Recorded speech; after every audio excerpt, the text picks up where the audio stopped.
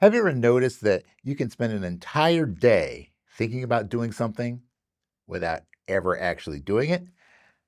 Maybe it's going to the gym, writing that report, cleaning the garage, making an important phone call, or finally starting that project that you've been putting off forever. Uh, Look, you know it needs to get done. You even want to do it, but somehow you just can't seem to get started. Now, and here is the strange part. Once you finally do start, it usually isn't nearly as difficult as you imagine. Why? Because your brain isn't resisting the work, it's resisting the start. And once you understand why, you can stop waiting for motivation and start creating momentum. Welcome to the Mindset Lab, where we turn insight into action and patterns into progress. If you're new here, I'm Coach Jose, and this channel is all about practical strategies to help you master your mindset, regulate your emotions, and create a happier, healthier, and more intentional life.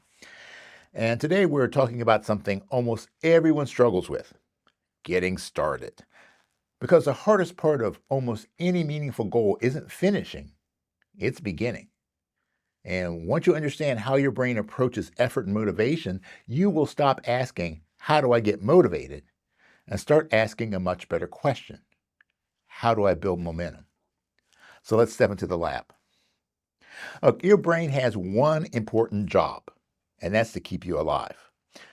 For most of human history, energy was precious. Food wasn't always available.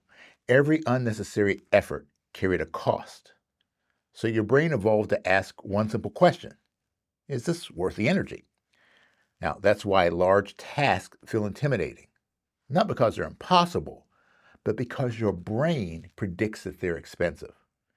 And the problem? Your brain is often making that prediction before you even start it. Look, your brain isn't trying to stop your progress. It's just trying to conserve your energy. And once you understand that, you'll stop calling yourself lazy and you'll start recognizing what's really happening. Now, here's one of the biggest myths in personal development. People think motivation comes first, then action follows. But in real life, it is usually the opposite. Action creates motivation. Every small win tells your brain, keep going. That's why checking something off your list feels good. That's why workouts become easier after the first few minutes. That's why writers often discover their best ideas halfway through the writing process. Progress creates momentum. Momentum creates motivation. So don't wait for motivation, create evidence, because every action is proof that you're becoming someone who follows through. Now, just imagine for a moment that you're going to push a giant flywheel. So at first, it barely moves, and every push feels like hard work. But eventually, something changes. The wheel begins turning. Now, every push builds on the one before it. That's momentum. And life works the same way. The hardest workout, it's the first one. The hardest page, it's the blank one. The hardest conversation, it's the one you haven't started yet. Momentum doesn't remove effort, it reduces resistance. And that is a huge difference. So here's a simple way to work with your brain instead of against it. I call it the 5-minute momentum method. Step one, pick one thing. Choose one task, not 5, not your entire to-do list, one, because clarity reduces overwhelm. Step two, set a 5-minute timer, not 30 minutes, not an hour, 5 minutes, because your goal isn't to finish. Your goal, it's simply to begin. Step three, give yourself permission to stop. Now, this may sound strange, but it's very important. Tell yourself, after 5 minutes, I can quit. Why? Because removing pressure lowers resistance.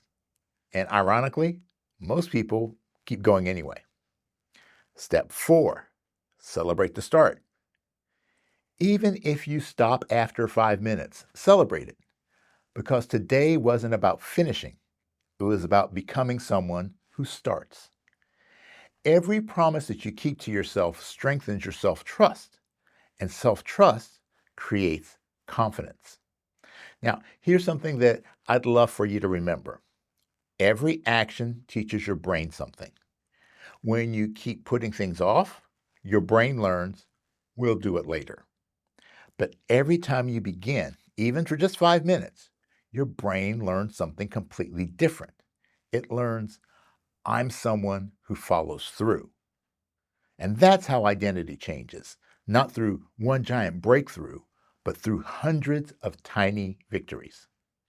All right, if this resonated with you, be sure to check out this week's full episode of the Personal Mastery and Growth podcast, where we go much deeper into the neuroscience of motivation, procrastination, and why getting started is often the hardest part of any meaningful goal. And if you'd like to continue exploring this week's topic, come join me on the Mindset Lab over on Substack. And each week, you're going to be finding companion articles, practical exercises, weekly challenges, and additional tools designed to help you put these ideas into practice. And that's where we continue the conversations beyond the podcast and the YouTube channel. All right, so if this helped, make sure to like, subscribe, and share it with someone who's been waiting for the perfect moment to get started. And remember, your actions shape your momentum. Your momentum shapes your confidence, and your confidence eventually shapes your future, because it is what it is, but it becomes what you make it. So make it great.